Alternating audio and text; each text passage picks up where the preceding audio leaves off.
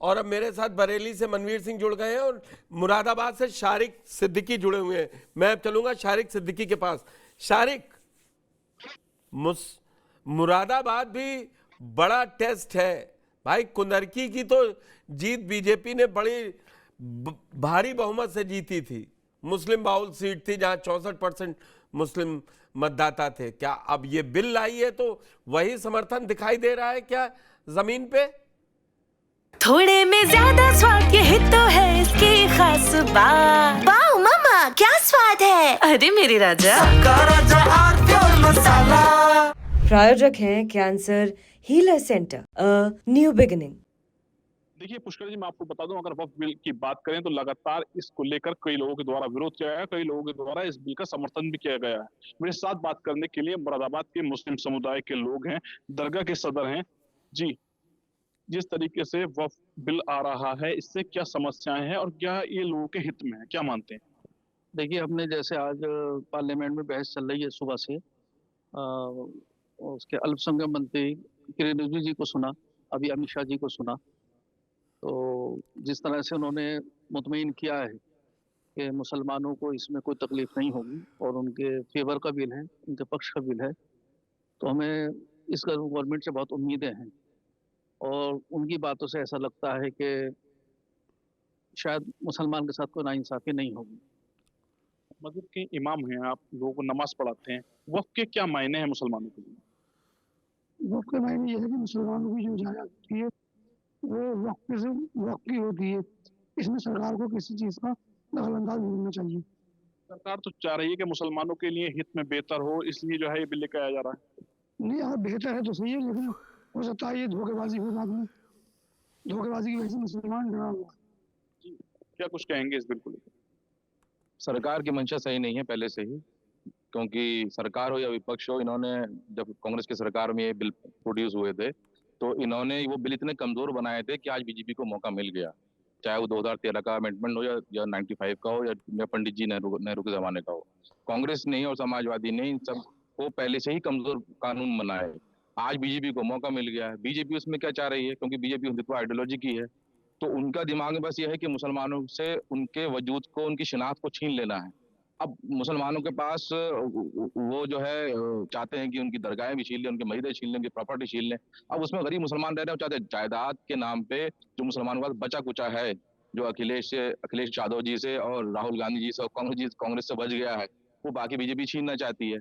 अब जो वक्फ बिल है, इसके अंदर इतना खतरनाक चीजें हैं इसके अंदर कि अगर आप इसको पढ़ेंगे तो रोंग टकने लगेंगे। क्या खतरा है इस मुसलमानों को? देखिए, सबसे बड़ी बात क्या है कि ये आर्टिकल 14 जो हमारा फंडामेंटल राइट है उसके खिलाफ है। ये बिल्कुल खिलाफ है।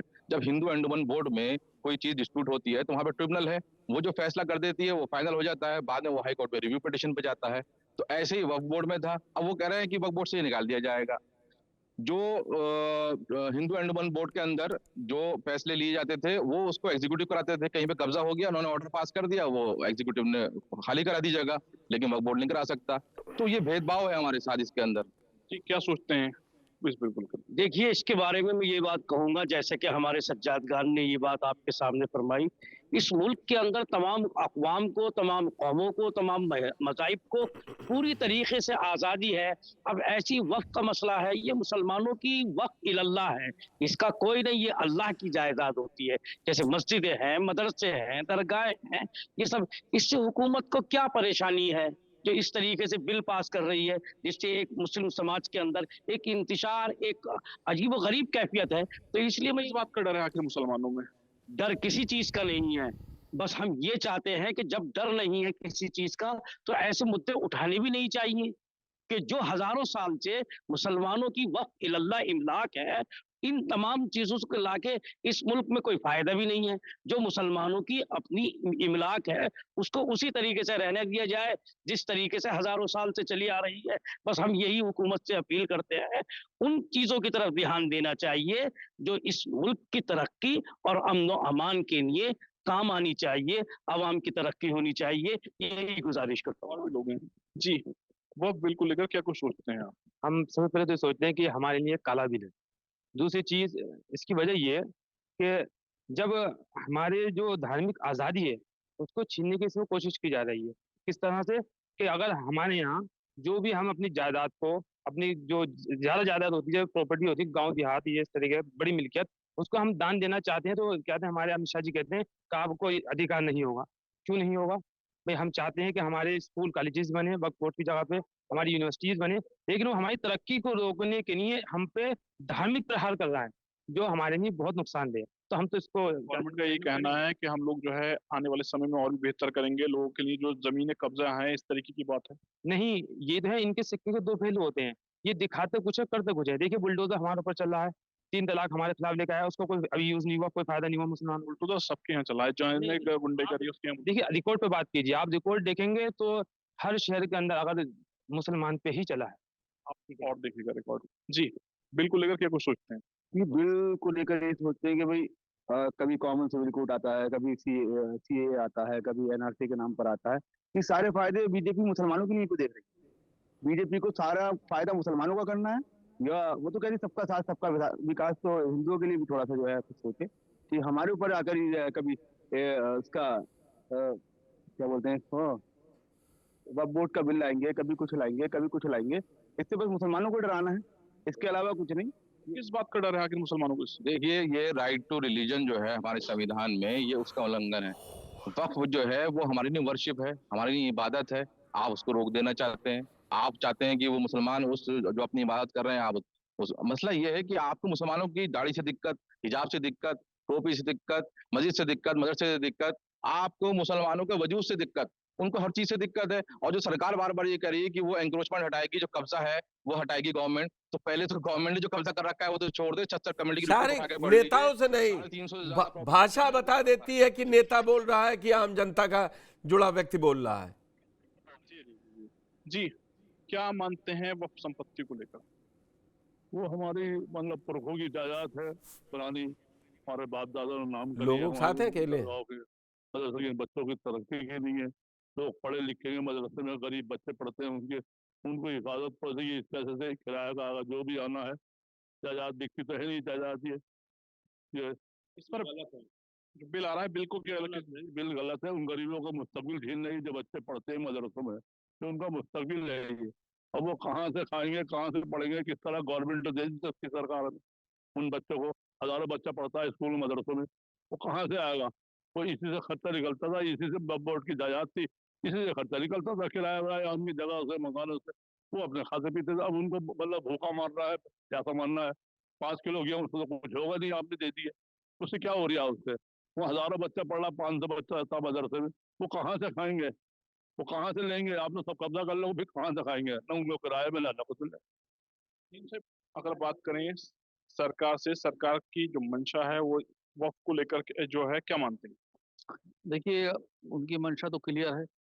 इस तरह से अभी बिल तो पास हो ही जाएगा, लेकिन मुझे जहाँ तक उम्मीद है, उसमें जिम्मेदार मंत्रियों ने सब में बयान दिया है और पूरे हिंदुस्तान ने सुना है। तो जैसे उन्होंने कहा कि मस्जिदों को, दरगाहों को, खानकाहों को ठीक है कोई शारिक, नुकसान नहीं पहुंचेगा, मुरादाबाद उनमें की कोई बात आ भी गई। मुरादाबाद से लोग ये चाह रहे हैं कि इस बिल को, जो ज्यादातर मुसलमान से बात करी आपने समाज के लोगों से, वो ये चाह रहे थे कि सरकार इस पे जल्दबाजी ना दिखाती। अब मैं चलूंगा, मनवीर संवाददाता बरेली है, उनके साथ भी कुछ लोग हैं।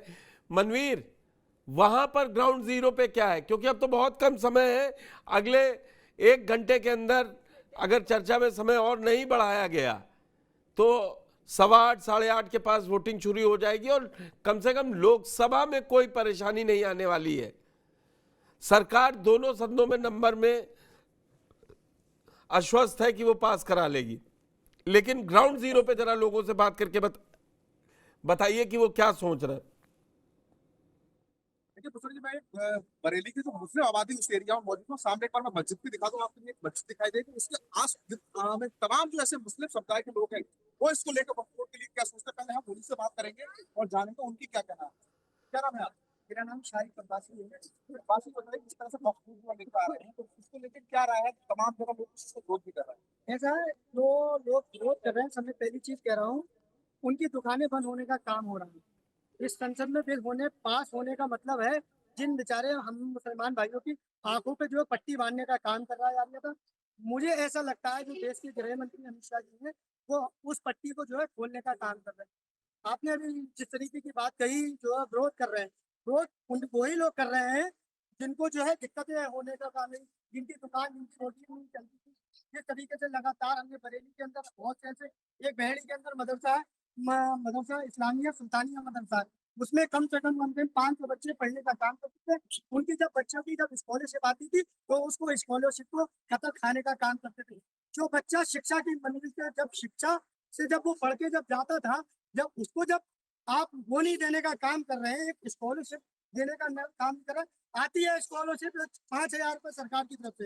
ये जो डकैत जो अपनी दुकान चोरों की तरह जो दुकान सजाए बैठे हैं, वो बच्चे को 500 रुपए देने का काम करते हैं और अपनी पूरी दुकान लूट के लेके जाने का काम करते हैं। मैं देश के प्रधानमंत्री मोदी जी का बहुत बहुत शुक्रगुजार हूँ। ये बिल जो है बहुत बहुत जरूरी पास होना चाहिए।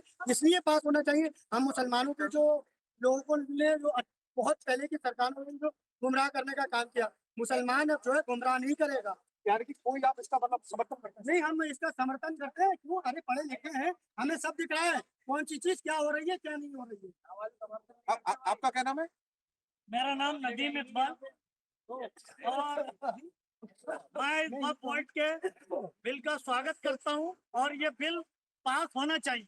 पास होना चाहिए ये बिल, इसलिए कि जो लोग वक्फ माफिया के रूप में जो अच्छे काम के मुसलमान गरीब लोगों की मदद के लिए जो जमीनें वक्फ हमारे बुजुर्गों ने की थी, वो जमीनें बेच बेच के शादी हाल और आज निर्माण कार्य कॉम्प्लेक्स बन गए। इसलिए ये बिल होना चाहिए। उनकी दुकानें बंद होने का काम हो रहा है, इसीलिए वो विरोध कर रहे हैं। मैं इसका स्वागत करता हूं और बहुत जल्द से जल्द मांग करता हूं प्रधानमंत्री और अमित शाह जी से कि ये बिल पास होना चाहिए और मुस्लिम समाज को जो लोग बहका रहे हैं कि जगहें उनकी छीन ली जाएंगी, ऐसा कुछ नहीं है। ये वक्फ की जगह हमारे गरीब भाइयों की तंजीम इसलिए बनाई गई थी कि उन लोगों को गरीब फायदा, आज किसी भी गरीब आदमी के पास वक्फ बोर्ड की जगह नहीं है। आप देखें, या तो कॉम्प्लेक्स बना दिए गए हैं या शादी हाल। इसीलिए मैं इस बिल का स्वागत करता हूँ। जय हिंद, जय भारत। वो तो बड़ा इसका विरोध कर रहे हैं, आपने देखा होगा। देखिए कोई विरोध करे, ये स्वतंत्र भारत है, अपनी बात कहने का सबको हक है। कोई भी अपना बात, मैंने अपनी बात रख दी, कोई विरोध करे मैं स्वागत करता हूँ। इसीलिए ये स्वतंत्र भारत में कोई भी अपनी बात रख। थोड़े में ज्यादा स्वाद यही तो है इसकी खास बात। वाओ मम्मा, क्या स्वाद है। अरे मेरे राजा। प्रायोजक हैं cancer healer centre, a new beginning.